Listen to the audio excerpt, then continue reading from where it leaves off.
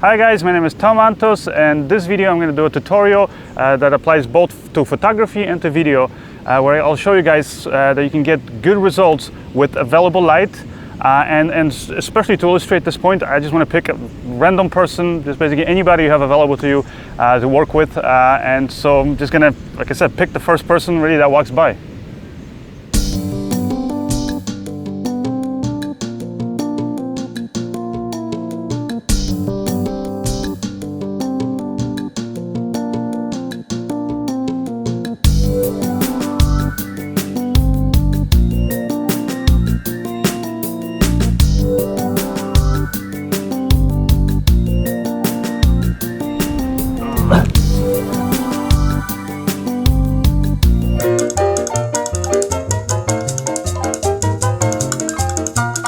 So I got Annie here, who's agreed to be my model / actress for today. Yeah, I'm excited. Hey guys. Number one sort of thing, first thing you should worry about when you're looking to basically get some interesting shots, whether it's for photos or video, you kind of want to look at your environment. So very important to see what's going to be behind your subject, but also what's even behind the camera, because that can alter the light. And today we actually have what's kind of not the best kind of day, you could say, because we have the sun kind of coming in and out of the clouds.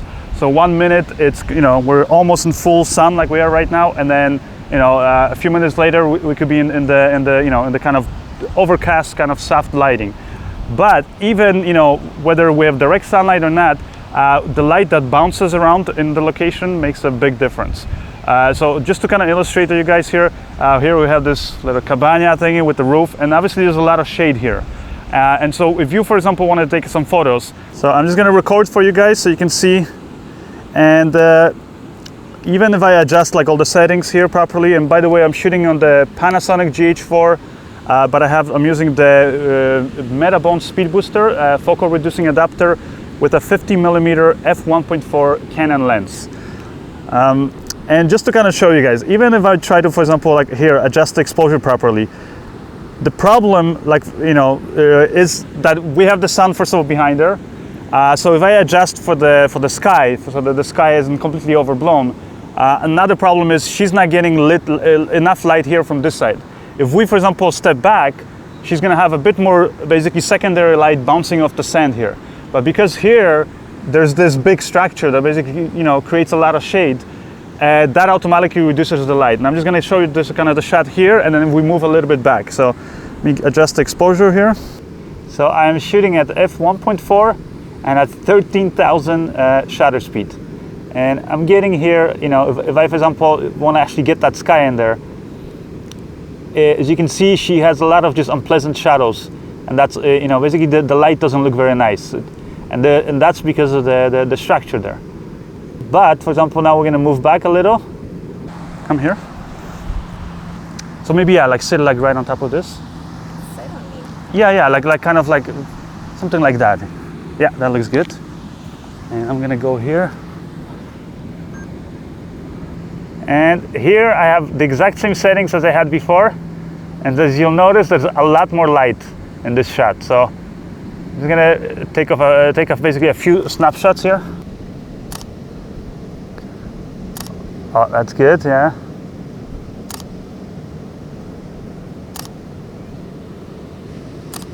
Okay. Right now, I snapped a few photos, and she looks great. The exposure looks a lot better than when we're, close to the structure here.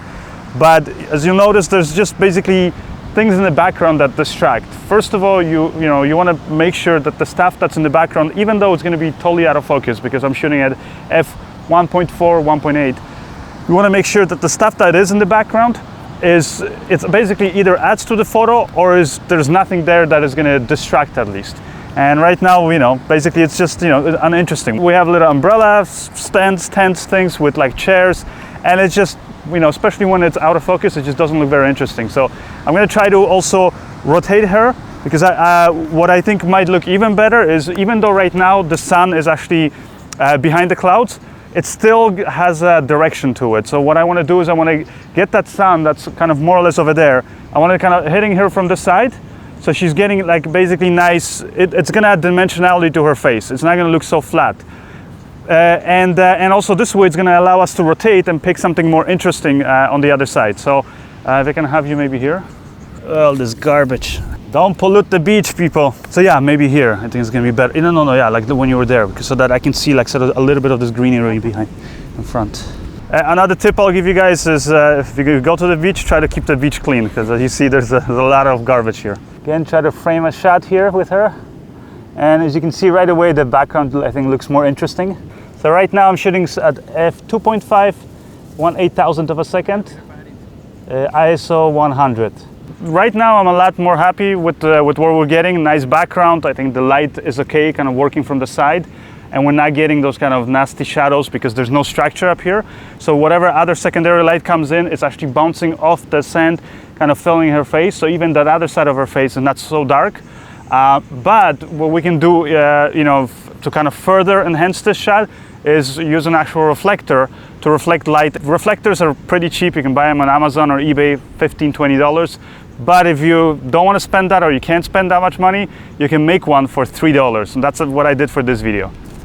So here, as you can see, I just basically took a piece of cardboard, and onto this cardboard I took some cooking tin foil and some tape and just taped it. So, basically what we have is we have kind of a silver metallic surface, and that's going to be perfect for bouncing light. And literally, like I said, the tin foil cost $1.50, and then the tape costs $1.50, so $3. And the cardboard, I got it off of garbage dump. But as you'll see, doing these kind of simple do-it-yourself tools can make a big difference. So I'm gonna have Andres here help me. See, like there, now we see more of a difference. I gotta point it at her. Okay? Can you come even closer with that? Even closer, there, yeah. So as you can see, the reflector definitely makes a difference. It fills in nicely the stomach here, the chest, and even the side of the face there. You can even see it reflecting in the golden necklace over there. So when you compare this to the shot that we got before without the reflector, is a big difference. It just the shot without the reflector, even though it looks good, it just looks kind of average. Whereas the one with the reflector, I think adds a little bit of that kind of shine, that kind of a glamour look. Even though this shot is done on an overcast day, or sort of a semi-overcast day. So if you had a sunny day, it would be an even bigger difference. Beautiful.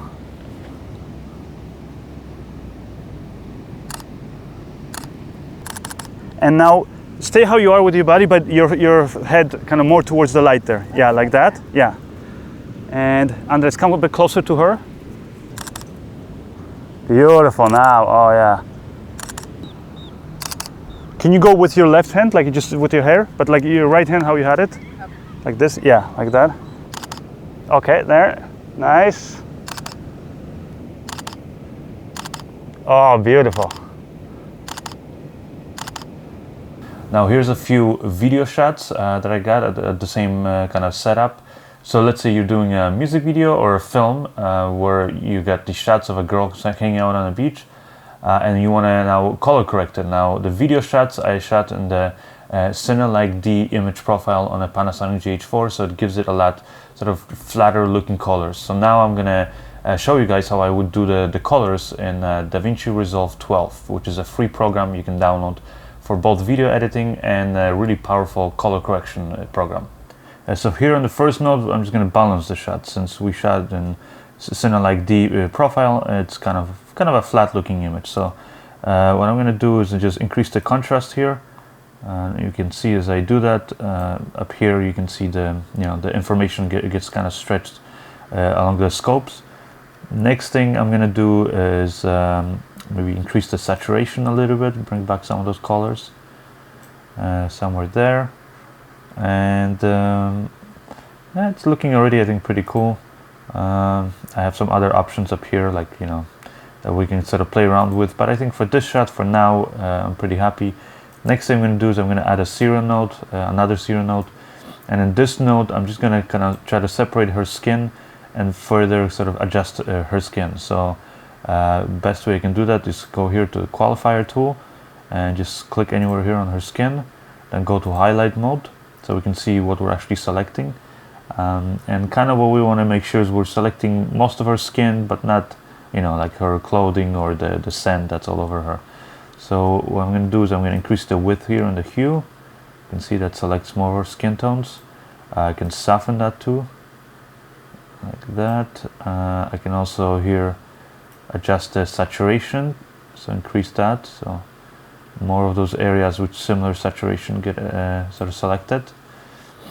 And let's see if luminance will do anything. Probably not, because yeah, the skin tone is more or less in the same luminance area. So once we have that selected, one thing I can also do is just kind of go clean up the black areas. So let's increase that a little bit, and then also just blur at the blur kind of radius.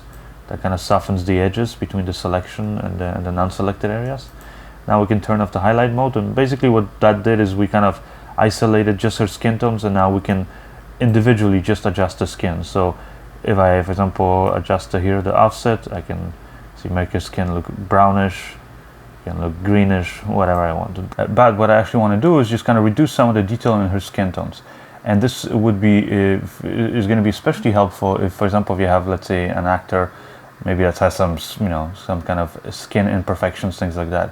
Annie here is actually looks pretty damn good, but I'm just going to show you guys, you know, what these kind of tools are going to do, and they're actually, I think they're still going to help the shot. So now that I have the selection done, I can go, for example, here to our adjustment tools, go to the second tab, and you have this option called mid-tone detail. What mid-tone detail does is it reduces basically the contrast in the mid-tone, so or it increases the contrast. If I go to the right, you'll see that it kind of makes everything more contrasty, especially here. Like mid-tones is usually going to be kind of in the skin tone area, so you can see this becomes more contrasty. Now if I go to the reverse, you can see that kind of softens everything. So we want to kind of go pretty aggressive on this, maybe even 100, you know, minus 60, minus 70, somewhere there. The reason why I do it in this node and I did first the selection is because if I turn off this node, for example, and just create another node just temporarily right now, and let's say if I just did it in this node without creating a selection on her skin tone first, if I do that, then watch what happens. If I just reduce you see it has it mainly affects her skin, and that might be, you know, you might be happy with this, but it is starting to affect like her hair and some of the grass there. It kind of softens the whole image overall when you start going really far. If you just go a little bit, like minus maybe 15, then you'll see that it just mainly affects the skin tone. But here's without it, here's with it. But I actually want it to be, like I said, pretty aggressive, so that's why I created that selection.